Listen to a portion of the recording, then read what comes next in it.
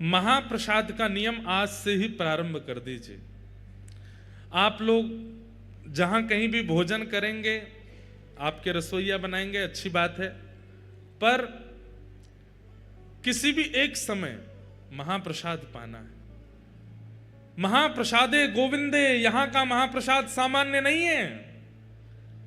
और पहली बात, यहां के महाप्रसाद को कभी भी ऐसा नहीं कहना भाई चावल दे दो, दाल दे दो, ये वाली सब्जी दे दो, चटनी दे दो, नहीं। आप महाप्रसाद के अलावा अन्य किसी भी शब्द का प्रयोग करेंगे, अपराध लगेगा। ठाकुर जी से भी ज्यादा महिमा है यहां महाप्रसाद की।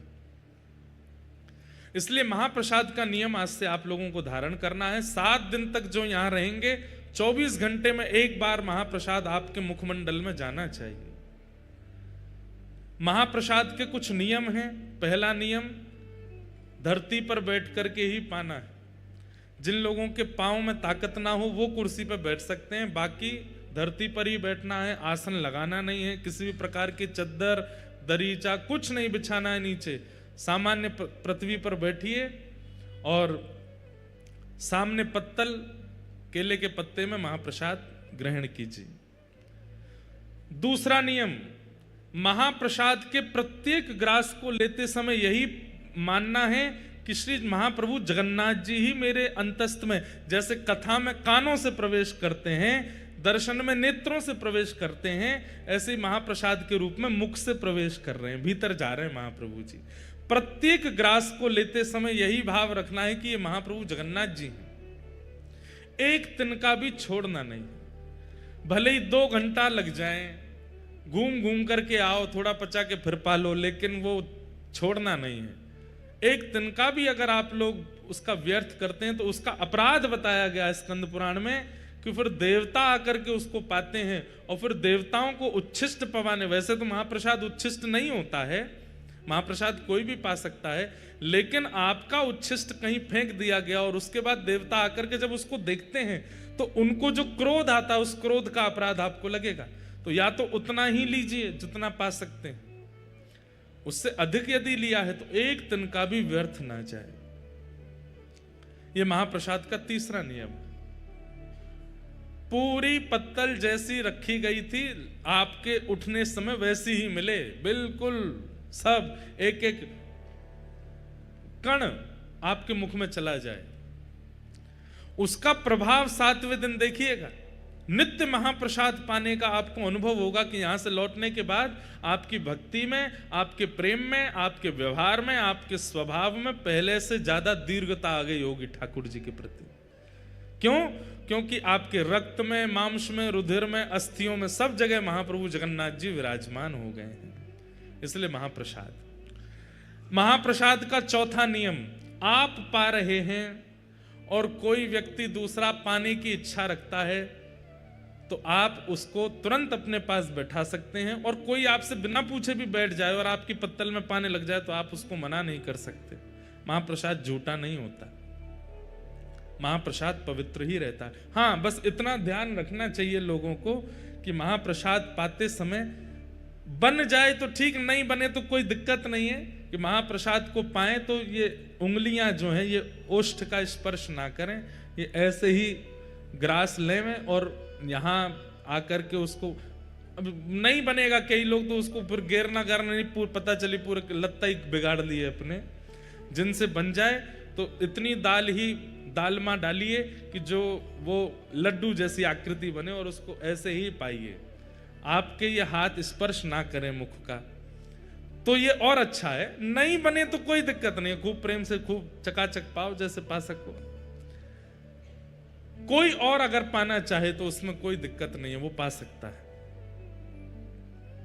महाप्रसाद का ही नियम। 7 दिन तक तो यहां महाप्रसाद पाना ही है। हमारा नियम तो ऐसा है कि हम सुबह से रात्रि तक और कुछ पाने वाले ही नहीं है। हमारे लाल जी की रसोई बन रही है, वो चकाचक उनका भोजन बनेगा, पर हम तो महाप्रसाद ही पाते हैं। जगन्नाथपुरी में हम और कुछ लेते ही नहीं है, महाप्रसाद ही लेंगे।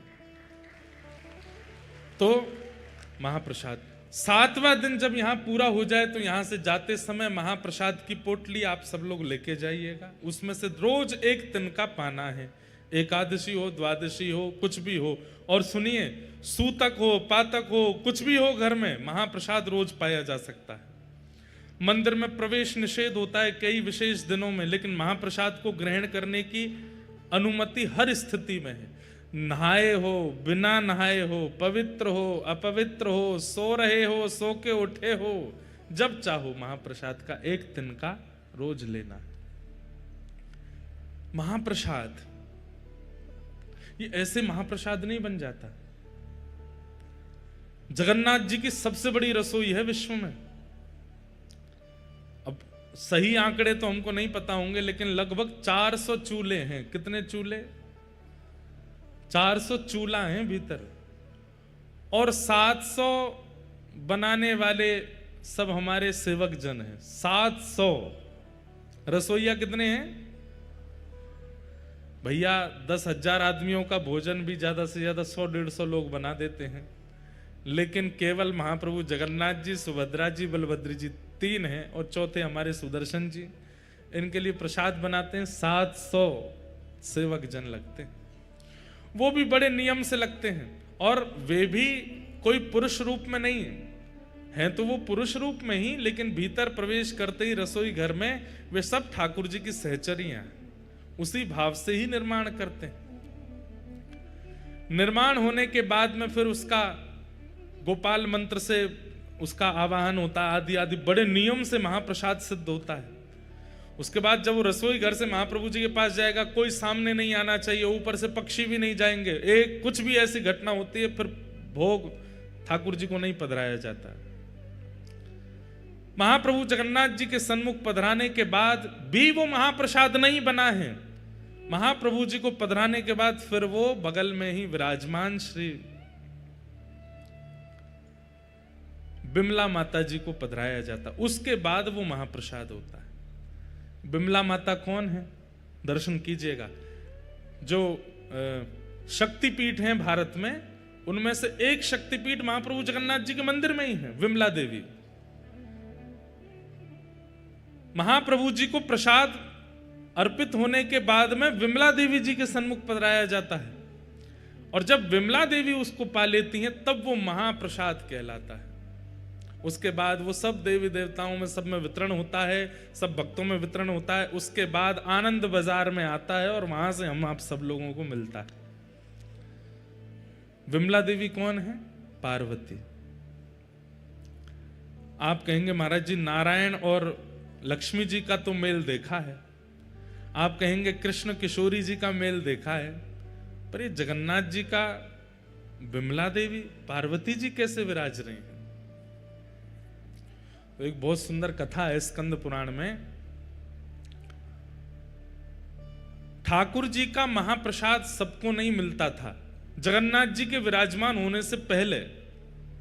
ध्यान से सुनिएगा, श्री ठाकुर जी का महाप्रसाद सब जगह प्रसाद है, यहां महाप्रसाद है। ये महाप्रसाद या तो जगन्नाथपुरी में है या वैकुंठ में है, और तीसरा कोई स्थान नहीं है महाप्रसाद का। या तो जीवित अवस्था में जगन्नाथपुरी में महाप्रसाद मिल सकता है, या मृत्यु के उपरांत कोई वैकुंठ गया तो वहां मिलेगा, लेकिन वैकुंठ में भी बहुत मुश्किल है। कैसे मुश्किल है सुनो। एक बार नारद जी पहुंचे, और नारद जी रोज दर्शन करते हैं ठाकुर जी का, दर्शन करके आनंदित हो जाते हैं, परिक्रमा लगाते हैं। कभी ठाकुर जी की माला जी मिल जाती है, कभी ठाकुर जी का उपरना मिल जाता है, कभी ठाकुर जी की इत्र प्रसादी मिल जाती है, कभी ठाकुर जी का चंदन प्रसाद मिल जाता है। दर्शन करते करते वर्षों बीत गए, तो नारद जी के मन में आया सब प्रसाद मिलते हैं, एक बार ठाकुर जी का अधरामृत महाप्रसाद मिल जाए। तो नारद जी बोले मैं नारद हूं, मेरी बात को कोई रद्द नहीं कर सकता, मैं मांगूंगा तो मुझे देना पड़ेगा। सब लोग इधर देखो, ध्यान से सुनो। तो श्री नारद जी महाराज प्रार्थना करने लगे, जय विजय से प्रार्थना की, निरस्त हो गई। और समीप जाकर के कोई अति सामीप्य वर्तन से पूछी, उन्होंने भी निरस्त कर दी। तब किसी ने संकेत किया, बोले एक को अधिकार है महाप्रसाद देने का। बोले किसका? लक्ष्मी जी का। नारद जी महाराज लक्ष्मी जी के पास गए और कहा कि हे माँ आप कृपा करो। बोले क्या कृपा करें? ठाकुर जी का महाप्रसाद चाहिए हमको। लक्ष्मी जी बोली क्या बात कर रहे हो? बोले हाँ, ठाकुर जी जो प्रसाद पाते हैं उसके बाद जो महाप्रसाद तिनका प्रसाद वो हमें चाहिए। लक्ष्मी जी बोली असंभव, वो नहीं प्राप्त हो सकता। बोले क्यों? बोले जब ठाकुर जी प्रसाद पाते हैं तो ठाकुर जी की प्रसाद पाती जैसे ही ठाकुर जी उठ के जाते हैं, वो थाली जो है ना उस पर सबसे पहले अधिकार तो हमारा है। और हमारे बाद ये जितनी सहचरियां वैकुंठ की हैं, जितनी हमारी सेवा में रहती हैं, इन सबके भी साल बटे हुए हैं, इतनी संख्या में हैं कि एक साल में केवल इतनी सखियों को मिलेगा, उसके अगले साल इतनी सखियों का नंबर आएगा, फिर उस अगले साल 100 साल में जाकर के तो सखियां पूरी होती हैं, इनको भी पूरा नहीं बटता। जय विजय आदि तक को प्राप्त नहीं हो पाता, आपको कैसे दे दें? एक एक तिनके के भी 5-5 हिस्से होते हैं और वो बटता है सब में। सोच रहे हैं आप? ठाकुर जी की प्रसादी का एक चावल उसके 5 हिस्से किए जाते हैं और वो थोड़े थोड़े छोटे छोटे से हिस्से जो हैं तिल के बराबर वो बटते हैं, वो पाकर के आनंदित होते हैं। कैसे देते हैं आपको? बिल्कुल समय ही नहीं है। यहाँ तो अभी लंबी लाइन है, 1-1.5 करोड़ साल बाद आना, तब हो सकता है कि एक तिनका का एक अंश तुमको मिल जाए। नारद जी महाराज बोले मुझ पर कृपा करो, इतना प्रतीक्षा नहीं कर सकता, एक बार महाप्रसाद पाना है। 1 दिन 2 दिन 10 दिन 1 महीना बीत गए तो लक्ष्मी जी बोली एक काम हो सकता है। बोले क्या? अपने जटा जूट खोल लो, लहंगा फरिया पहन लो, गले में सुंदर हार धारण करके, कानों में कुंडल लगा के, आंखन में काजल लगा के गोपी बन के आओ, तो हम तुमको सहचरियों में ले लेंगी अंदर, और फिर सहचरियों में फिर वहां तुम थोड़ा हट पूर्वक छल पूर्वक कैसे भी करके जिस पंक्ति का प्रसाद महाप्रसाद का समय उसमें कैसे भी बैठ जाना, तो तुमको एक तिनका मिल जाएगा। नारद जी बोले इसमें क्या, हमारे ठाकुर जब लाली बनवे में संकोच ना करे तो हम कब करेंगे? और श्री नारद जी तुरंत महाराज अपनी जटा जूट खोल करके बढ़िया सुंदर शीश पर चुनरी। इसका भाव क्या है? ठाकुर जी की निज सेवा में जाने के लिए चाहे जहां हो गोपी तो बनना पड़ेगा, और गोपी मतलब हृदय से गोपी। नारद जी महाराज सखी बन गए। लक्ष्मी जी चुपचाप उनको रसोई घर में ले गई। बोले ठाकुर जी को नहीं पता चलना चाहिए, क्योंकि इतने सब लोग हैं, सब पर कृपा होती है, तो ठाकुर जी को कोई ये इस प्रकार से कोई प्रवेश करता, ठाकुर जी को बहुत संकोच लगता है कि अभी इतने लोग बैठे हैं, इतने वर्षों की प्रतीक्षा है, और आप जबरदस्ती ये वीवीआईपी बीच में घुसे आए हो। ठाकुर जी को अच्छा नहीं लगता, इसलिए ठाकुर जी को पता नहीं चलना चाहिए, चुपचाप यहाँ सेवा करते रहो। नारद जी बेचारे कभी बर्तन मांजने की सेवा, कभी सामग्री अमनिया करने की सेवा करते हैं। एक दिन ठाकुर जी का महाप्रसाद मिले, और एक दिन पता नहीं कैसे योजना बनी और नारद जी उस पंक्ति में बैठ गए जिस पंक्ति में महाप्रसाद के 5-5 टुकड़े बांटे जा रहे हैं। नारद जी महाराज सामने बैठे, लक्ष्मी जी परोसती भाई जैसे ही आई तो नारद जी को थोड़ी देख करके उनको कृपा की इच्छा हुई, और उन्होंने महाप्रसाद के 2 तिनके, महाप्रसाद चावल के 2 तिनके उनके हाथ में धर दिए। कहां एक तिनका के 5 हिस्सा बांटे जा रहे हैं, उन्होंने 2 तिनका दे दिए। और जैसे ही महाप्रसाद हाथ में आया तो जैसे अत्यंत दिनों का प्यासा व्यक्ति उसको पानी दिख जाए, वो कहां रोक पाता है।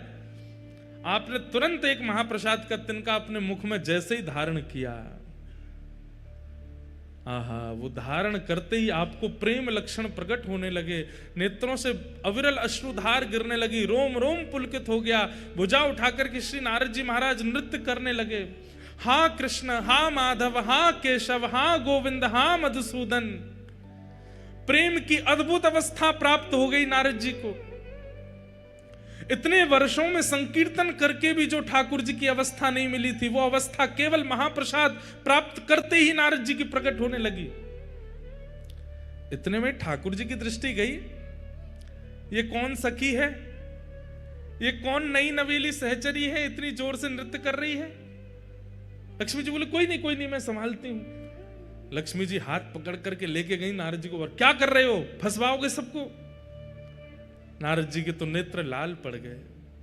बोले हे माँ, अभी तो केवल एक तिनका पाया है और ये तिनका पाकर के मैं इतना आनंद में आ गया हूं। वर्षों से, करोड़ों वर्ष निकल गए नाम जपते जपते, ऐसी स्थिति का अनुभव नहीं किया जो स्थिति का अनुभव केवल महाप्रसाद का एक तिनका पाकर के मुझे हो रहा है।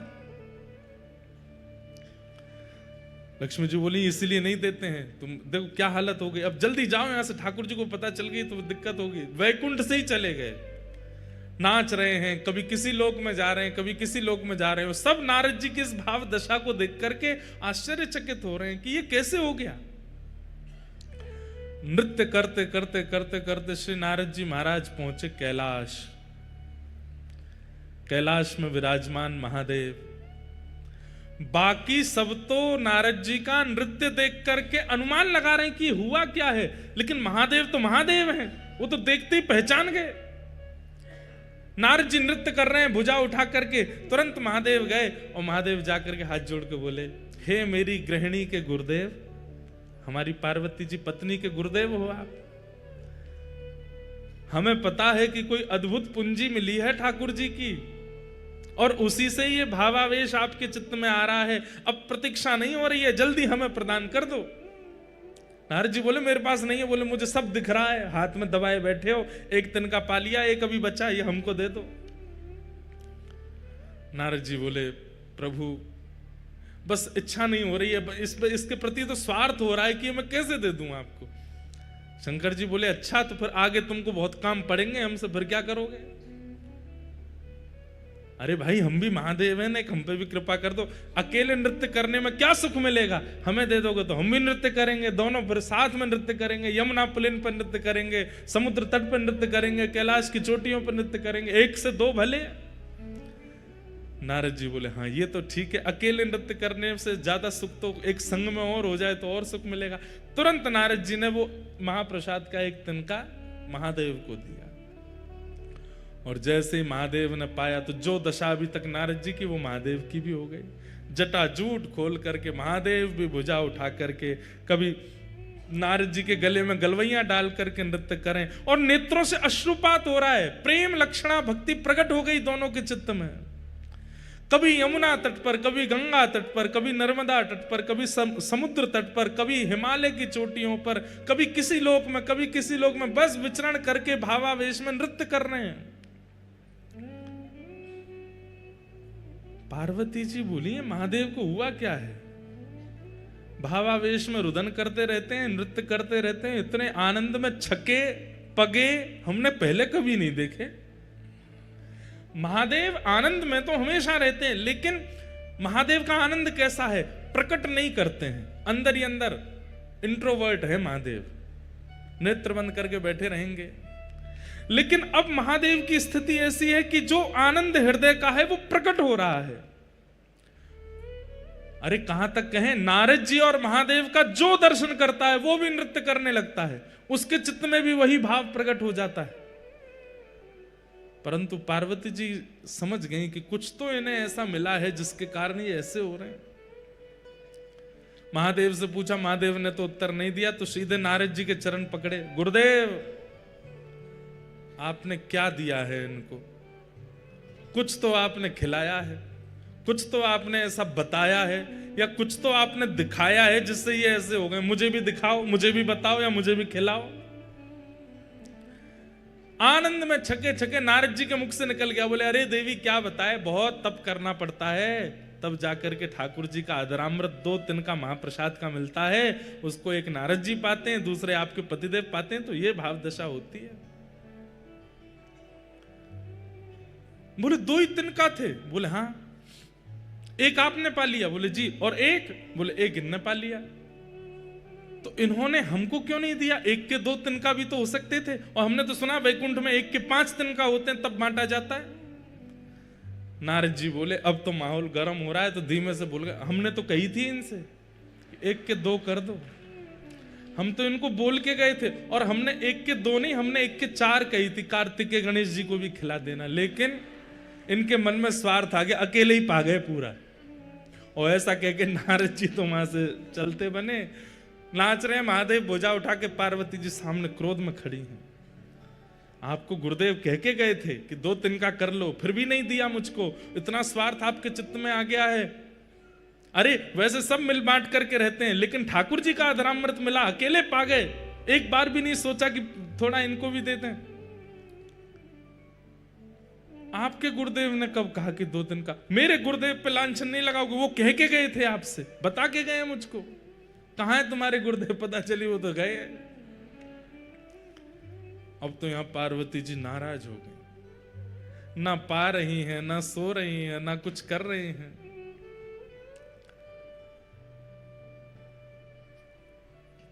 महादेव पहुंचे, देवी क्या बात है? बोले मुझे भी महाप्रसाद चाहिए। तो महादेव बोले देखो, अब महाप्रसाद के लिए तो बहुत यत्न करना पड़ता है, तब जाकर के वो प्राप्त होता है। अब वो यत्न दोबारा कौन करेगा? मुझे नहीं पता, मुझे चाहिए। तब महादेव ने ध्यान करके पार्वती जी को बताया कि तुम्हारा पूर्व रूप जो सती का था, जहां जहां जो जो अंग पड़े थे वहां वहां शक्तिपीठ प्रकट हो गई। उन्हीं में तुम्हारा नाभि क्षेत्र जो है वो एक श्री क्षेत्र समुद्र तट पर नीलाचल पर्वत पर विराजमान है। वहां जाकर के तुम तप करो, और वहां तुम इसी भाव के लिए तप करो कि तुम्हें ठाकुर जी का महाप्रसाद मिले। और उस तप के प्रभाव से देवी हमको तो एक तिनका मिला है, लेकिन मैं दीर्घ दृष्टि से देख पा रहा हूं, अगर तुम्हारा तप सफल हो गया तो महाप्रभु जगन्नाथ जी का जो एक तिनका मुझे और नारद जी को मिला, वो महाप्रभु जी का महाप्रसाद की पूरी हंडी महाप्रभु जी के भोग लगने के बाद सीधे आपके सन्मुख आएगी, और आप जब प्रसाद पाओगे उसके बाद ही वो महाप्रसाद बनेगा और सबको वितरण किया जाएगा।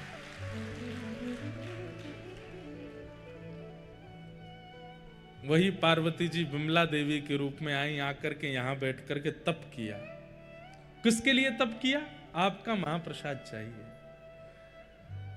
तब महाप्रभु जगन्नाथ जी ने आपको आज्ञा दी, हम जगन्नाथ रूप में यहां विराजेंगे, लक्ष्मी जी ही हमारी रसोई सिद्ध करेंगी। जिस महाप्रसाद को वैकुंठ में प्राप्त करना अति दुर्लभ है, उस महाप्रसाद को मैं अति सहज कर दूंगा इस जगन्नाथ क्षेत्र में। और देवी वो प्रसाद जितनी विधियों से बनेगा उसी विधि से बनता है महाप्रसाद यहां, जिस विधि से वैकुंठ में बनता है। मुझे पूरी विधि अभी भी अच्छे से पता नहीं, अंदर सामग्रियां कैसे धोई जाती हैं, कैसे अमनियां की जाती हैं, फिर उनको कैसे किन किन मंत्रों को बोल करके सामग्री डाली जाती हैं, फिर उसके बाद 9 हंडियां रखी जाती हैं। सबसे पहले ऊपर वाली हंडी पक करके तैयार होती है, ऊपर ठाकुर जी के सन्मुख, उसके पीछे भी बहुत विधियां होती हैं, तब जाकर के महाप्रसाद सिद्ध होता है। लेकिन महाप्रसाद तभी कहलाएगा जब वो मेरे बाद आपको भोग लगेगा। विमला देवी के भोग के बाद वो महाप्रसाद आनंद बाजार में आ जाता है और हम सबको प्राप्त होता है। ये महाप्रसाद है। इसलिए भैया जगन्नाथ जी का नित्य दर्शन तो आप नहीं कर सकते, कोई राजस्थान से, कोई बंबई से, हम उत्तर प्रदेश से, कहां से आए हैं। और कलयुग में जन्म लेने वाले व्यक्ति को अगर अपना कल्याण चाहिए तो कलयुग के प्रधान देव जगन्नाथ जी का नित्य दर्शन करना पड़ेगा, तभी उसका उद्धार होगा, नहीं तो नहीं होगा। हम कैसे करें? रोज फ्लाइट ले लेके तो आ नहीं सकते। तो इसलिए महाप्रसाद जो है वो जगन्नाथ जी का ही रूप है। यदि उसे हम अपने साथ लेकर के जाते हैं और नित्य महाप्रभु जी का स्मरण करके प्रातः प्रथम अपने मुख में कुछ और धारण करना ही नहीं, सीधे महाप्रसाद ग्रहण करना है, तो नित्य जगन्नाथ जी के दर्शन का जो फल होता है वो हमें नित्य प्राप्त हो जाएगा। इसलिए आज से महाप्रसाद जी का नियम धारण कर लीजिए, प्रत्येक दिन महाप्रसाद पाना है। ऐसे जगन्नाथपुरी में आज हम आप सब लोग आए हैं। कितना सुंदर मंच बना है, मानो जैसे हम आप सब लोग दर्शनार्थी हैं और महाप्रभु जगन्नाथ जी श्री मंदिर से गुंडीचा की ओर चल रहे हैं।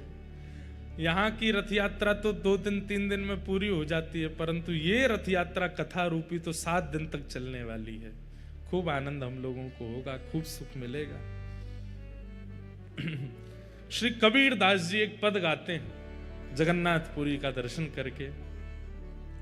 ठाकुर भले विराजे हो उड़ीसा जगन्नाथपुरी में, ठाकुर भले विराजे हो उड़ीसा जगन्नाथपुरी, ओ ठाकुर भले विराजे हो उड़ीसा जगन्नाथपुरी में, ठाकुर भले विराजे हो उड़ीसा जगन्नाथपुरी में, ओ ठाकुर भले विराजे हो उड़ीसा जगन्नाथपुरी में, ठाकुर भले विराजे हो उड़ीसा जगन्नाथपुरी में, उड़ीसा जगन्नाथपुरी में, उड़ीसा जगन्नाथपुरी में, उड़ीसा जगन्नाथपुरी में, उड़ीसा जगन्नाथपुरी में, उड़ीसा जगन्नाथपुरी में, उड़ीसा जगन्नाथपुरी में,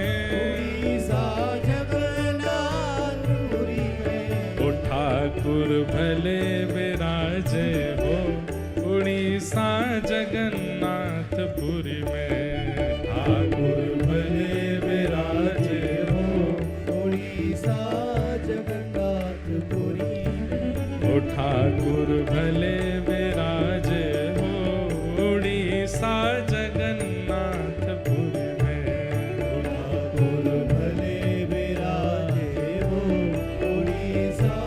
बंधुओं,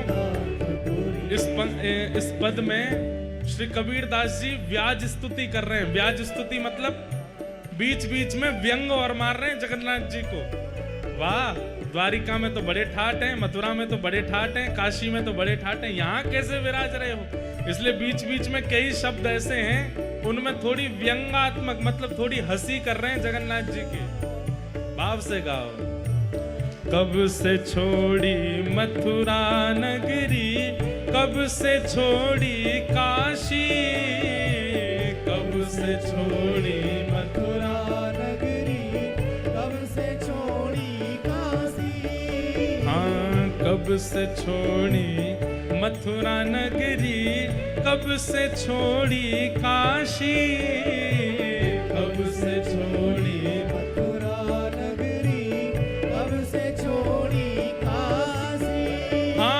झारखंड में आन विराजे, झारखंड में आन विराजे। झारखंड इसलिए कहा क्योंकि यहाँ चारों तरफ जंगली जल, वनी वन, कांटे ही कांटे, झाड़ ही झाड़ थी।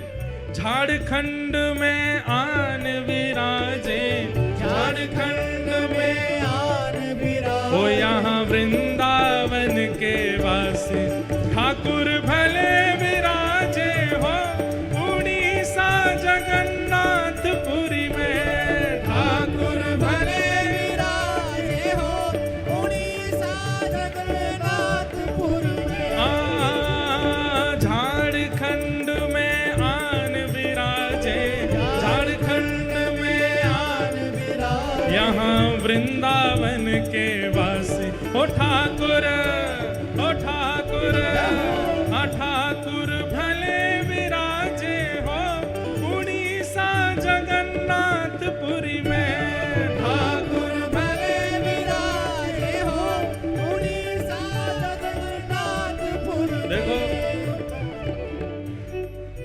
यहाँ पे लेटना दंडवत है, इसका मतलब यूं थोड़ी है कि कच करोगे ही नहीं।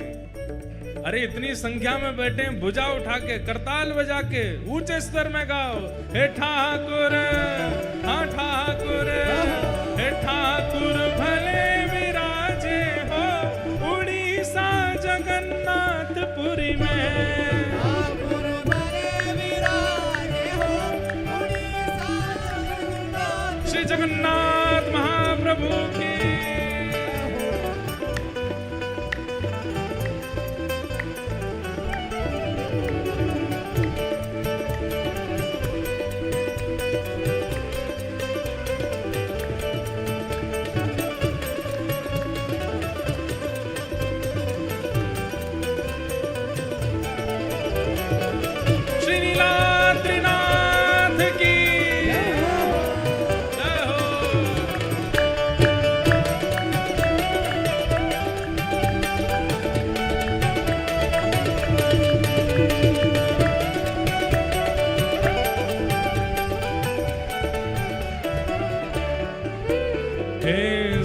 सतयुग छोड़ी मथुरा नगरी, द्वापर छोड़ी काशी। सतयुग छोड़ी मथुरा नगरी, द्वापर छोड़ी काशी। हाँ, सतयुग छोड़ी मथुरा नगरी, द्वापर छोड़ी काशी। सतयुग छोड़ी मथुरा नगरी, द्वापर छोड़ी काशी। और कलयुग में है आन विराजे, कलयुग में तो आन विराजे। हाँ, कलयुग में तो आन विराजे, कलयुग में तो आन विराजे। ओ यहाँ वृंदावन के वासी, ओ ठाकुर, ओ ठाकुर, हे ठाकुर भले विराजे हो उड़ीसा जगन्नाथपुरी में। ठाकुर भले विराजे हो उड़ीसा जगन्नाथपुरी में। हे ठाकुर भले विराजे हो उड़ीसा जगन्नाथपुरी में। ठाकुर भले विराजे हो उड़ीसा जगन्नाथपुरी में। कलयुग में तो आन विराजे, कलयुग में तो आन विराजे। कलयुग में तो आन विराजे, कलयुग में तो आन विराजे। ओ जहाँ वृंदावन के वासी, ओ ठाकुर, ओ ठाकुर, ओ ठाकुर भले विराजे हो उड़ीसा जगन्नाथपुरी में। ठाकुर भले विराजे हो उड़ीसा जगन्नाथपुरी में। ओ ठाकुर भले विराजे हो उड़ीसा जगन्नाथपुरी में। ठाकुर भले विराजे हो उड़ीसा जगन्नाथपुरी में। उड़िया मांगे दाल खिचड़ी, बंगाली मांगे भात। उड़िया मांगे दाल खिचड़ी, बंगाली यहाँ भात। उड़िया मांगे दाल खिचड़ी, बंगाली यहाँ भात। उड़िया मांगे दाल खिचड़ी, बंगाली मांगे कहाँ? भात। माखन मिश्री खावे वारे, दूध दही पीवे वारे, 56 भोग आरोगवे वारे, अन्नकूट करवे वारे कहाँ आके बैठे हैं? बोले जहाँ पे उड़िया के लोग तो खिचड़ी मांगते हैं और बंगाली केवल भात ही भात पूरे दिन चलता है। लेकिन किसके लिए विराजे हैं यहाँ पर? साधु मांगे दर्शन प्रभु जी, साधु मांगे दर्शन प्रभु। जहाँ भक्त ही मांगे दर्शन प्रभु जी, भक्त ही मांगे दर्शन प्रभु। और श्री महाप्रसाद। हे ठाकुर, हे ठाकुर, हे ठाकुर भले विराजे हो उड़ीसा जगन्नाथपुरी में। ठाकुर भले विराजे हो उड़ीसा जगन्नाथपुरी में। हाँ, साधु मांगे दर्शन प्रभु जी, साधु मांगे दर्शन प्रभु जी। हे साधु मांगे दर्शन प्रभु जी, साधु मांगे दर्शन प्रभु जी। और श्री महाप्रसाद। हे ठाकुर, हे ठाकुर, हे ठाकुर भले विराजे हो उड़ीसा जगन्नाथपुरी में। ठाकुर भले विराजे हो उड़ीसा जगन्नाथपुरी में। हे ठाकुर भले विराजे हो उड़ीसा जगन्नाथपुरी में। ठाकुर भले विराजे हो उड़ीसा जगन्नाथपुरी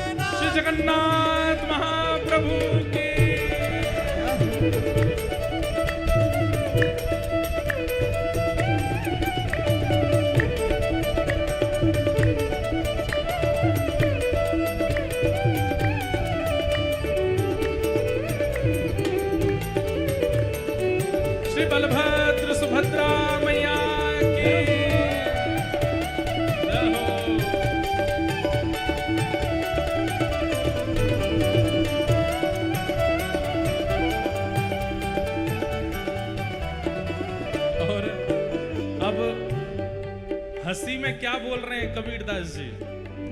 चट्टी चट्टी बनिया लूटे और लूटे फिरंगी, चट्टी चट्टी बनिया लूटे और लूटे फिरंगी। ये उस समय की बात। यहाँ आने वाले लोग अपने घर से कुछ लेके निकलते थे तो यहाँ पे बिल्कुल आके कंगाल ही हो जाते थे, क्यों बीच में सब लुट गया। चट्टी चट्टी बनिया लूटे और लूटे फिरंगी, चट्टी चट्टी बनिया लूटे और लूटे फिरंगी। सिंह द्वार पे पंडा लूटे, सिंह द्वार पे पंडा लूटे, सिंह द्वार पे पंडा लूटे, द्वार पे पंडा वो सब यात्री भय उदासी। ओ ठाकुर हे ठाकुर हे ठाकुर भले विराजे हो उड़ीसा जगन्नाथपुरी में। ठाकुर भले विराजे हो उड़ीसा जगन्नाथपुरी में। हे ठाकुर भले विराजे हो उड़ीसा जगन्नाथपुरी में।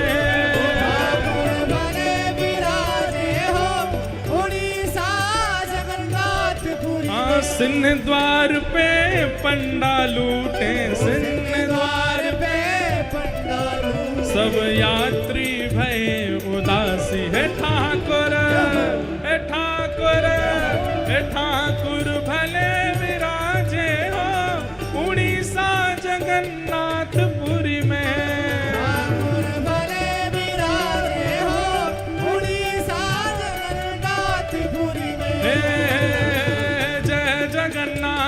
भजो जगन्नाथ, जय जगन्नाथ भजो जगन्नाथ, हे गाओ जगन्नाथ ध्याओ जगन्नाथ, गाओ जगन्नाथ गाओ जगन्नाथ, हे बोलो जगन्नाथ भजो जगन्नाथ, हे बोलो जगन्नाथ भजो जगन्नाथ, हे गाओ जगन्नाथ ध्याओ जगन्नाथ, गाओ जगन्नाथ गाओ जगन्नाथ। हे ठाकुर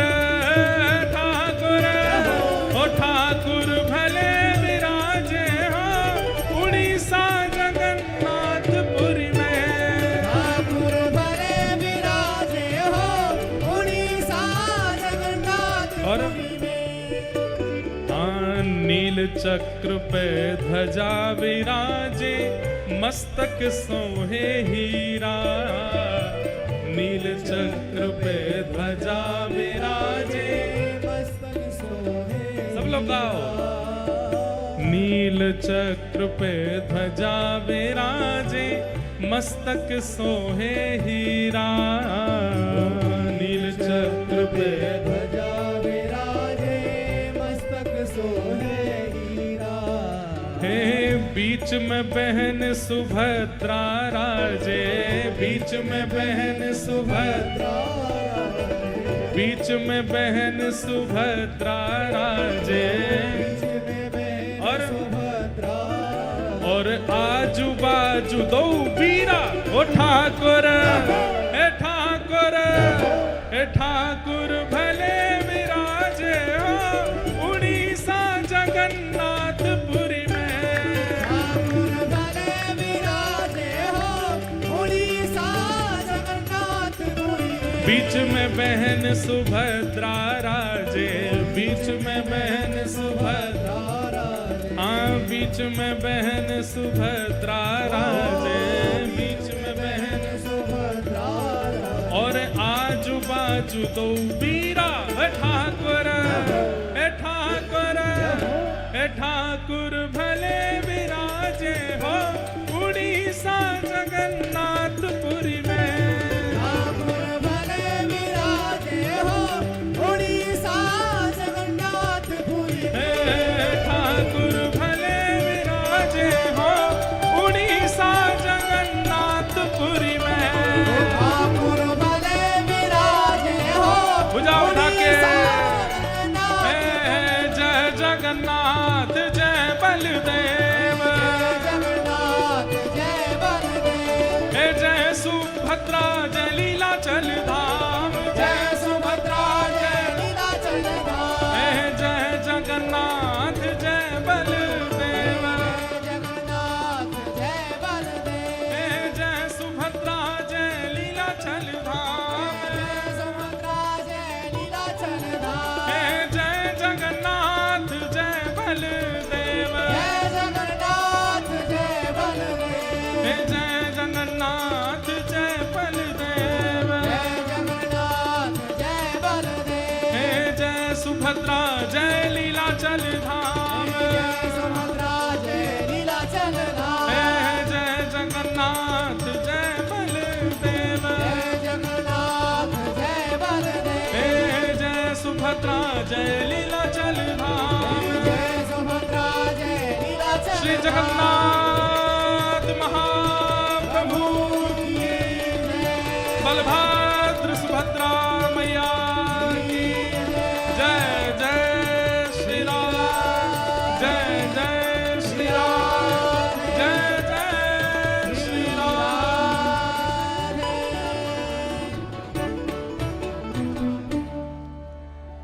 नील चक्र पे ध्वजा विराजे, मस्तक सोहे हीरा, नील चक्र पे ध्वजा विराजे, मस्तक सोहे हीरा, बीच में बहन सुभद्रा राजे, बीच में बहन सुभद्रा राजे, आजू बाजू दो बीरा, हे ठाकुर भले विराजे हो, उड़ीसा जगन्नाथपुरी में, हे ठाकुर भले विराजे हो। उड़ीसा जगन्नाथपुरी में। ऐसे महाप्रभु जगन्नाथ जी ने अपनी शरण में बुलाया है। इस वक्त यदि हमसे पूछा जाए कि इस ब्रह्मांड में सबसे बड़ा सौभाग्यशाली कौन, तो इस पंडाल में हमसे लेके पीछे तक जितने लोग बैठे हम सब बहुत सौभाग्यशाली। क्यों? क्योंकि कृपा अति कृपा नहीं, अति हरि कृपा हुई है हम पे। यहां एक बार नील चक्र देखने की इतनी महिमा है, हमको तो 7 दिन देखने के लिए मिला। यहां एक दिन महाप्रभु जगन्नाथ जी को देखने की इतनी महिमा, हम तो 7 दिन देखेंगे और दिन में 4-4 बार देखेंगे। एक बार समुद्र स्नान और दर्शन की इतनी महिमा, हम जगन्नाथपुरी गए हो, कार्य हो जाओ तो यूं समझ जाइयो कि महाप्रभु जगन्नाथ जी ने कारिया बना के ही भेजे हो। यहाँ जगन्नाथ जी को भी कालिया बोलते हैं लोग, उड़ीसा के लोग। तो ये सौभाग्य नहीं है हमारा, कथा सुनने को मिल रही है, महाप्रसाद पाने को मिल रहा है, दर्शन करने को। लोग बाग आते हैं 1-2 दिन के लिए आते हैं। और सुनिए, आप में से जो लोग 2 दिन 3 दिन के लिए आए हैं, अगर 3 दिन में ही लौट के चले गए, 2 दिन में ही चले गए, तो समझियो जगन्नाथ जी आपसे बस यूं होते, हाँ ठीक है आओ जाओ। लेकिन आए थे 2 दिना के लिए, रुक गए 7 दिना, तो समझियो महाप्रभु जी प्रसन्न हो गए हैं आपसे। अब हमसे कोई मिलकर के यूं कहेगा ना महाराज जी हम 2 दिन के लिए आए जा रहे हैं, तो हम तो मनी मन समझ जाएंगे कि भावना क्या है। ठाकुर जी ही नहीं चाह रहे इसलिए लौट के जाना पड़ रहा है। लेकिन यदि आपकी भावना है तो पूरे रुक कर के जाओ, ये अवसर दोबारा नहीं मिलेगा। हम पूर्ण प्रयास करेंगे महाप्रभु जी के खूब सुंदर सुंदर भाव, भक्त चरित्र आदि कथा में मिलित होकर के सुना में। इसलिए इस कथा का जितना हो सके आप लोग सुंदर रस स्वादन पान कर लीजिएगा। आज प्रथम दिवस है, कथा का विलंब बहुत हुआ। हम बस महात्मा का एक श्लोक बोल करके और आज की कथा को विश्राम देंगे। कल से बंधुओं कथा का समय सुबह 10 बजे से है। आप सब लोगों के लिए 9 बजे से 10 बजे तक के बीच में यहाँ पर उपस्थिति हो जानी चाहिए। 10 साढ़े 10 के बीच में हम आकर के कथा प्रारंभ कर देंगे। 1 बजे तक कथा चलेगी। उसके बाद हम आप सब लोग फिर प्रसाद आदि पाके कल से क्या क्रम रहेंगे शाम के हम बता देंगे। कोई आपको कमरे में उठाने नहीं आएगा, कोई बुलाने नहीं आएगा, बस स्थान और समय बता दिया जाएगा। अपने आप पहुंचिए, आनंद करिए सब। सच्चिदानंद रूपाय विश्वोत्पत्त्यादि हेतवे तापत्रय विनाशाय श्रीकृष्णाय वयं नमः। यं प्रव्रजन्तमनुपेत अपेत कृत्यं द्वैपायनो विरह कातरया जुहाव। पुत्रेति तन्मयतया तर्वोऽभिनेदुस्तं सर्वभूतहृदयं मुनिमानतोऽस्मि।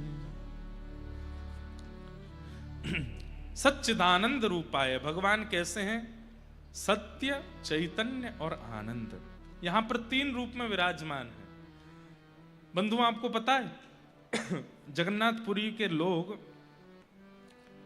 छोटी मोटी जीवन में कोई दुविधा परिस्थिति आती है तो जगन्नाथ जी से बोलते हैं, लेकिन कोई बहुत बड़ी विपत्ति आती है तो फिर इनसे बोलते हैं।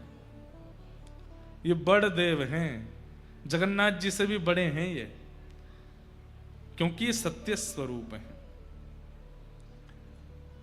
यहां के लोग बलराम जी से बड़ी बड़ी जो योजनाएं जगन्नाथपुरी में होती हैं जिनका समाधान नहीं हो पाता, तो यहाँ के समाधानी श्री बलभद्र जी हैं, जगन्नाथ जी नहीं है। इनसे नहीं पूछते हैं, इनसे पूछते हैं, और जो बलराम जी कह देंगे, आज्ञा कर देंगे, वो होगा, चाहे जगन्नाथ जी मना करें।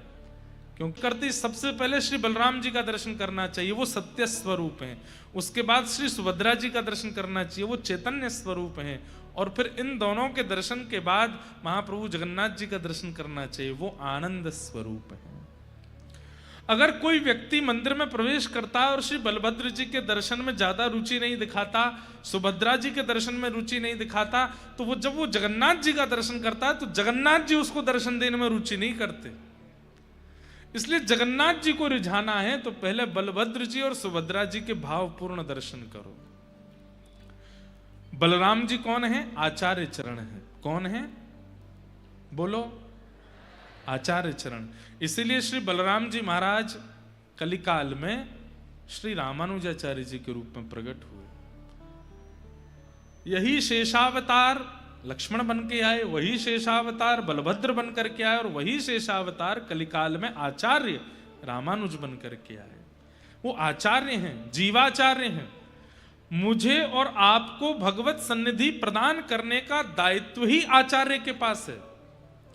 कहते हैं ना कि बिना आचार्य के भगवत सन्निधि ग्रहण करोगे तो अपराध बनेगा। ठाकुर जी स्वीकार नहीं करेंगे ऐसा नहीं है, पर आचार्य सहित जाओगे तो थोड़े बहुत भी जो विकार चित्त में होंगे वो भी आचार्य नष्ट कर देंगे, ठाकुर जी के परिपूर्ण योग्य बनाते हैं।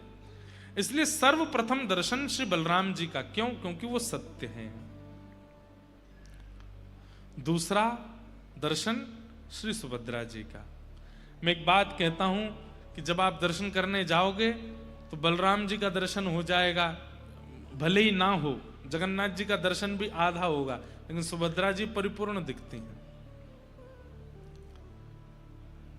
अच्छा, एक बात और, सुभद्रा जी के हस्त कमलों का दर्शन नहीं होता।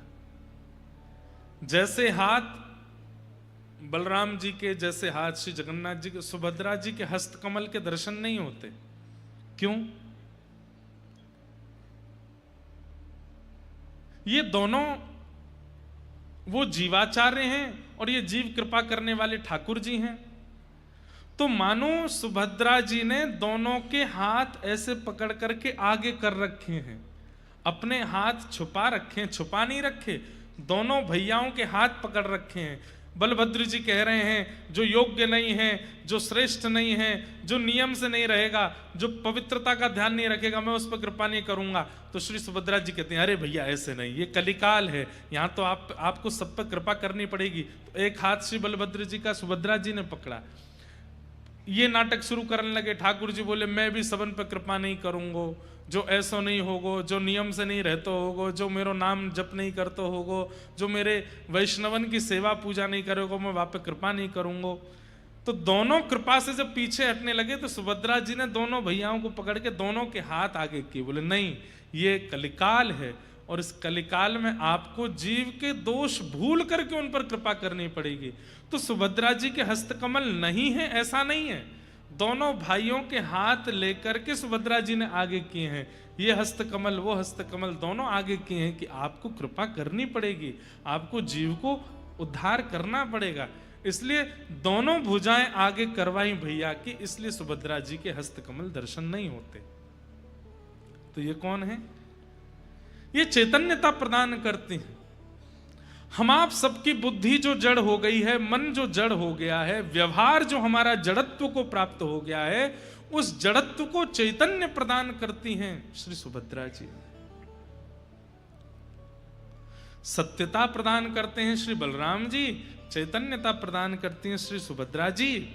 और जब जड़ चैतन्य हो जाता है, असत्य सत्य में परिवर्तित हो जाता है, तब महाप्रभु जगन्नाथ जी आनंद प्रदान करते हैं, सच्चिदानंद रूपाय। इसलिए सीधे महाप्रभु जी के दर्शन का विधान नहीं है। पहले बलभद्र जी, फिर सुभद्रा जी, और फिर जगन्नाथ जी। और एक बात और, ये चतुर्व्यूह हैं, 3 नहीं है, 4 हैं। बलराम जी, सुभद्रा जी, जगन्नाथ जी, और जगन्नाथ जी के ठीक बगल में श्री सुदर्शन जी। दर्शन जरूर कीजिएगा, श्री सुदर्शन जी ऐसे विराज रहे होंगे पास में। वो सुदर्शन जी किस भाव से हैं? वो रक्षात्मक भाव से। भक्त की भक्ति में रक्षा, जीव की संसार में रक्षा। इस संसार व्यवहार में कहीं हम इस संसार माया में चक्र में फंस ना जाएं, इसलिए सुदर्शन जी का दर्शन। तो चौथे हैं श्री सुदर्शन जी महाराज, चारों के दर्शन होते हैं।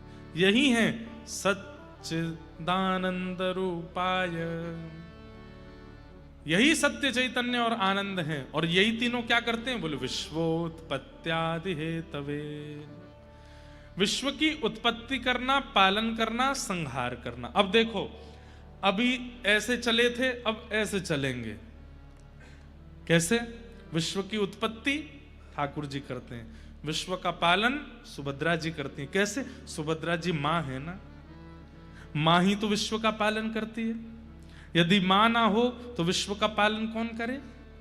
तो इसलिए विश्व की उत्पत्ति महाप्रभु जी करते हैं, विश्व का पालन मां करती है, सुभद्रा जी करते हैं। और विश्व का संहार बलभद्र जी करते हैं, शेषनाग करते हैं।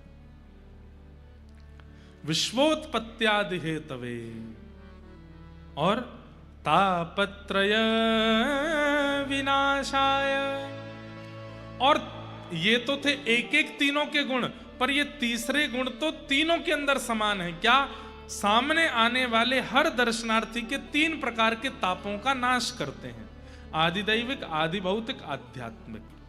ताप का मतलब क्या होता है? ताप का मतलब कष्ट,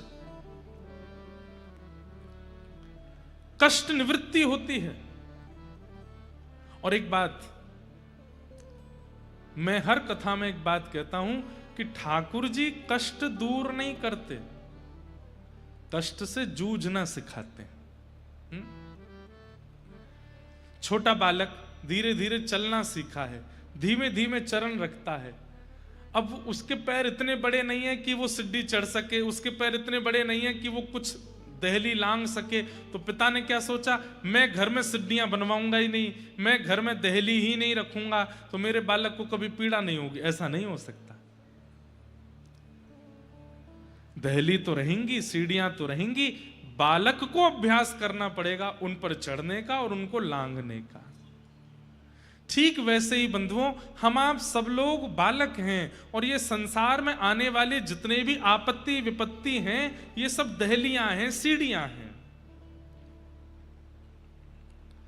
आप चाहो कि सीढ़ियां ही हटा दी जाएं, दहली ही हटा दी जाएं, तो 2 चीज हटा दी आपने। सीढ़ियां अगर घर से हटा दोगे तो ऊपर के कक्ष में कभी नहीं जा पाओगे।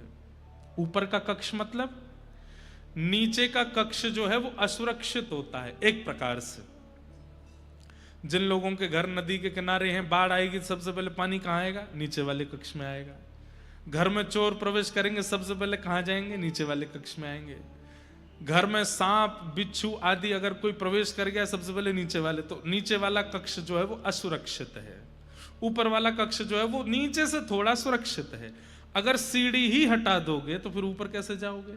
इसका मतलब जीवन में कई ऐसे पड़ाव आते हैं, वो पड़ाव आपको नीचे के कक्ष से ऊपर के कक्ष में ले जाने के होते हैं, पर हम क्या करते हैं, हे बजरंगबली, ये जो पड़ाव मेरे जीवन में आया है, ये जो विपत्ति मेरे, इसको दूर करो। हनुमान जी कहते हैं ले मो क्या कर रहा हूं, ले हटा दूंगा। हनुमान जी महाराज सिड्डी हटा देते हैं, हम खुश हो जाते हैं सिड्डी हट गई, लेकिन वास्तविकता यह है कि आप ऊपर के कमरे से वंचित हो गए, आप और असुरक्षित हो गए हो। हमारी बात समझ में आ रही है? सिड्डी नहीं हटानी है। और दूसरी बात दहली, अब तुम्हारे पाम छोटे, तुम दहली लांगे ही नहीं पा रहे, तो दहली हटवा दोगे? नहीं, दहली हटवा दोगे तो छोटे छोटे जीवों का, छोटे छोटे हिंसक जीवों का प्रवेश बहुत सहज हो जाएगा जीवन में। ऐसी ये छोटी छोटी दहलियां हैं जीवन में। मां का नाराज हो जाना, पत्नी का नाराज हो जाना, बच्चों का बात ना मानना, जीवन में विपरीत अवस्थाओं का आना, ये सब छोटी छोटी दहलियां हैं, होनी चाहिए। ठाकुर जी ना तो दहली हटाते हैं ना सीढ़ी हटाते हैं, सीढ़ी चढ़ना सिखाते हैं और दहली लांघना सिखाते हैं। आपत्ति विपत्तियां जीवन से नहीं जाएंगी, उन आपत्ति विपत्तियों से जूझना ठाकुर जी सिखा देते हैं।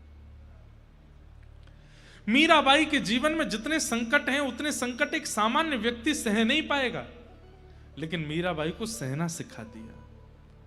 हमारे श्री जगन्नाथपुरी के बंधु महंती, जगन्नाथपुरी के श्री माधवदास जी महाराज, जगन्नाथपुरी के श्री बलराम दास जी महाराज, जगन्नाथपुरी के श्री रघुनाथ दास जी महाराज, कितने भक्त हुए यहां पर। जगन्नाथपुरी के श्री चैतन्य महाप्रभु, क्या संकट खत्म हो गए थे जीवन से? नहीं, संकटों से जूझना सीख गए। ठाकुर जी क्या करते हैं? तापत्रय विनाशाय, तीन तापों से मिलने वाली जो चिंता है उसका विनाश करते हैं ठाकुर जी। ताप तो रहते हैं, कष्ट तो आता है, पर उससे जूझना सीख जाते हो। ऐसे श्री कृष्णाय वयं नमः, ऐसे श्री कृष्ण को हम बारंबार प्रणाम करते हैं। बंधुओं, ये साक्षात कृष्ण है। अगर आप श्री मंदिर में जगन्नाथ जी का दर्शन कर रहे हो, बलभद्र जी का, सुभद्रा जी का, तो आप ये मत मानिएगा ये दारू ब्रह्म है, ये मत मानिएगा ये कोई प्रतिमा है, ये कोई पाषाण है। आपके नेत्रों ने सच, आपके नेत्रों ने साक्षात श्री कृष्ण को देख लिया है। अगर जगन्नाथ जी को देख लिया तो कलिकाल में श्री कृष्ण जगन्नाथ जी ही हैं। एक बात सुनिएगा, बहुत छोटी सी बताऊं। महाप्रभु जगन्नाथ जी साक्षात परमात्मा हैं, इसका प्रमाण क्या है? इसके अनेक प्रमाण बताए गए, लेकिन उसका एक बड़ा अद्भुत प्रमाण बताया गया है। क्या? कि वे जब जब रथ यात्रा के लिए, जब जब स्नान यात्रा के लिए, स्नान पूर्णिमा के लिए अपने श्री मंदिर ब्रह्म वेदी से निकल करके बाहर आएंगे, मंदिर से बाहर आते ही चाहे कैसा भी मौसम हो, एक बूंद तो आकाश से वर्षा की गिरेगी। ये प्रमाण है जगन्नाथ जी का कि वो परमात्मा है। अभी बाहुड़ा यात्रा हो रही थी, जब जगन्नाथ जी की रथ यात्रा, उल्टा रथ जब आता है, तो उस समय मैं दर्शन के लिए गया। जो महाराज जी मंच पर बैठे थे, ये भी थे हमारे अभी भैया, ये भी थे साथ में, हमारे देवी भैया भी थे, और भी सब लोग थे साथ में। एक तो हम यहाँ आकर के यहीं के पंडा पुजारियों जैसी पोशाक पहन लेते हैं, तो सबको लगता है यहीं के पुजारी जी हैं ये। इतने पुजारी हैं यहाँ पे कि पता ही नहीं चलती बाहर का कौन भीतर का कौन। तो हम थोड़े भीतर चले गए। भीतर जा करके, इतने भीतर तो नहीं जा पाए, लेकिन वहाँ सब मठों के सब संत जन खड़े थे, सबके सामने वो दृश्य मैं कैसे बताऊं उसको, तो कोई मैं फिल्म बनवा करके भी नहीं बता पाऊंगा कि वो अनुभव कैसा था। तो गुंडीचा में हम भीतर चले गए, तो वहां सब संतों ने अपने पास खड़ा कर लिया, बोले यहीं खड़े हो जाओ, यहीं से सामने से जगन्नाथ जी निकलेंगे। मैंने कहा ठीक है। तो सबसे पहले श्री बलभद्र जी आए। बलभद्र जी आए तो मेरे सिर में ऐसा लगा कि जैसे मानो किसी ने बर्फ रख दी हो, इतने रोंगटे खड़े हुए, इतने बिल्कुल सामने से बलभद्र जी निकल के गए। उसके बाद फिर सुभद्रा जी आई। सुभद्रा जी को देख करके भी रोम रोम पुलकित हो गया। बिल्कुल सामने से ही जा रहे हैं, आहा मधुर दर्शन हो रहे थे।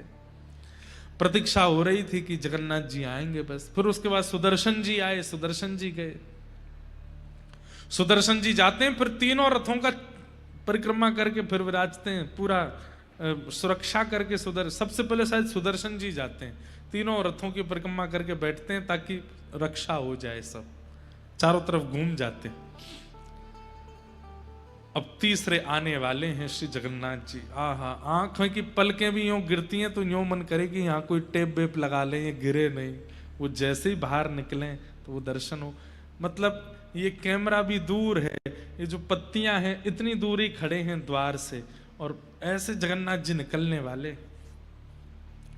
तभी बगल में एक महाराज जी खड़े थे, उनसे बोले, आपको पता है महाप्रभु जगन्नाथ जी साक्षात परमात्मा हैं? ये प्रश्न किया गया, ये परमात्मा है, इसका प्रमाण क्या है?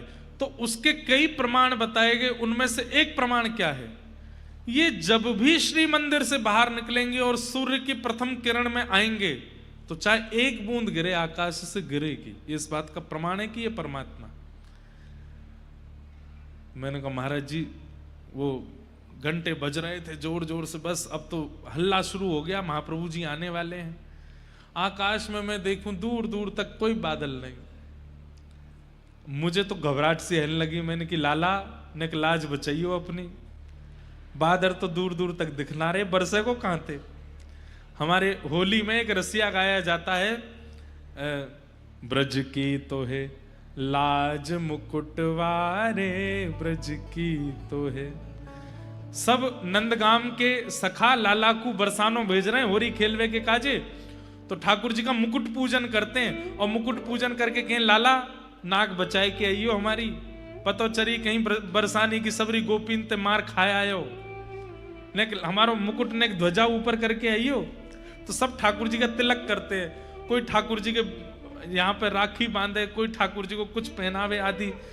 तब ये रसिया गाते हैं, ब्रज की तो है लाज मुकुटवारे, ब्रज की तो है चंदा सूरज तेरो ध्यान धरत है, चंदा सूरज तेरो ध्यान धरत, अरे ध्यान धरे नव लख तारे, ध्यान धरे नव लख तारे, ब्रज की तो है। अरे लाला ये चंद्रमा सूरज तेरो ध्यान करें, सबरे तारे तेरी उपासना करें, केवल ब्रज को ध्यान मत करियो, ये चंद्रमा सूरज तारे इन सबन की भी लाज रख के आइयो, कहीं बरसाने की गोपीन पिट मत आइयो लाला।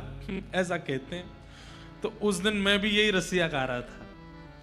मैंने कि ऊपर तो कोई बादल है नहीं, और ये महाराज जी वो कह रहे कि ठाकुर जी बाहर आएंगे तो बूंद गिरेगी, चाहे एक बूंद गिरे, चाहे नेक बरखा, मंदम मंदम जलधरा।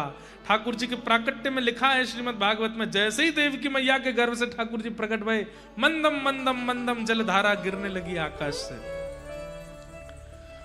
मन में बार बार उत्साह भी हो, डर भी लगे। जैसे कोई अपनो व्यक्ति किसी प्रतियोगिता में भाग ले तो डर लगता है ना कि हार तो नहीं जाएगा। ऐसी लगे मैंने कि बलभद्र जी गए, सुभद्रा जी गई, सुदर्शन जी गए, लाला अब तेरी बारी है, नेक बरसा तो कर दी हो तो बात सत्य हो जाएगी। और महाराज ऐसे आते हैं महाप्रभु जगन्नाथ, वो क्या बोलते हैं उसको, तितला क्या, कौन सा मुकुट पहनते हैं सिर पे, हैं? तालिया, ताहिया, हाँ वो ताहिया, ये धारण करके महाराज जैसे ही निकल के बाहर आए हैं, यहाँ पुजारी लगे हैं, यहाँ पंडा लगे हैं, दैतापति सब ठाकुर जी खींचते हुए बाहर ला रहे हैं। और जैसे ही गुंडीचा मंदिर के मुख्य द्वार से महाप्रभु जी जैसे ही बाहर आए, प्रथम दर्शन हुआ, कहां से बादल आए और तुरंत वर्षा वहां गिरने लगी। पूरा फर्श और पूरा मंदिर गीला हो गया। मैं तो बता रहा हूं आपको, उस समय जैसे ही वर्षा हुई, नेत्र आंसू से भर गए, और जैसे मानो महाप्रभु जी कह रहे हो, बोले ब्रज की मैंने लाज रख ली लाला, तो चिंता मत करे, आती वर्षा कराए के सिद्ध कर दियो कि मैं ही परमात्मा हूं, मैं ही श्री कृष्ण हूं, मैं ही परमेश्वर हूं। स्कंद पुराण में ठाकुर जी श्री जगन्नाथ जी साक्षात परमात्मा हैं। इसके कई प्रमाणों में एक प्रमाण है, वो जब जब मंदिर से निकलेंगे वर्षा होगी, मंदम मंदम जलधारा गिरेगी, और ये होती है। कई बार तो रथ यात्रा में ऐसा देखा गया, पूरी रथ यात्रा की मार्ग में कहीं वर्षा नहीं हो रही, लेकिन जैसे ही ठाकुर जी बाहर आए केवल ठाकुर जी के ऊपर वर्षा हो रही है, और कहीं गीले ही नहीं हो रहा कोई भी। और ठाकुर जी के लेकर के जितने पंडा पुजारी चल रहे उन पर ही वर्षा हो रही है। कितने प्रमाण ऐसे हैं कि ये साक्षात श्री कृष्ण यहां विराज रहे हैं। राधारमण जी साक्षात कृष्ण हैं, बिहारी जी साक्षात कृष्ण हैं, प्यारे गिरधर लाल साक्षात कृष्ण हैं, द्वारिकाधीश कृष्ण हैं, जगन्नाथ बद्रीनाथ श्री कृष्ण हैं। लेकिन सबका एक समय हो सकता है। कहीं श्री कृष्ण मंगला में ही होते होंगे, कहीं श्री कृष्ण राजभोग में होते होंगे, कहीं श्री कृष्ण शयन में होते होंगे, लेकिन 24 घंटा मंदिर के द्वार खुले हैं तो श्री कृष्ण जगन्नाथपुरी में विराजमान, महाप्रभु जगन्नाथ के रूप में। हाँ, द्वार बंद होते ही ठाकुर जी वृंदावन चले जाते हैं, ये तो यहां प्रमाण है। चाहे 1 घंटे के लिए शयन हो, चाहे 2 घंटे 3 घंटे, जितनी देर के लिए भी शयन होता है, जगन्नाथ जी भीतर नहीं है, वो चले गए, श्री वृंदावन गए हैं। पूरा अपना बड़ श्रृंगार करके जाते हैं, पूरे पुष्पों से श्रृंगार करके वृंदावन रास के लिए जाते हैं महाप्रभु जगन्नाथ जी। ऐसे श्री कृष्णाय वयम नमः, ऐसे श्री कृष्ण को हम बारंबार प्रणाम करते हैं।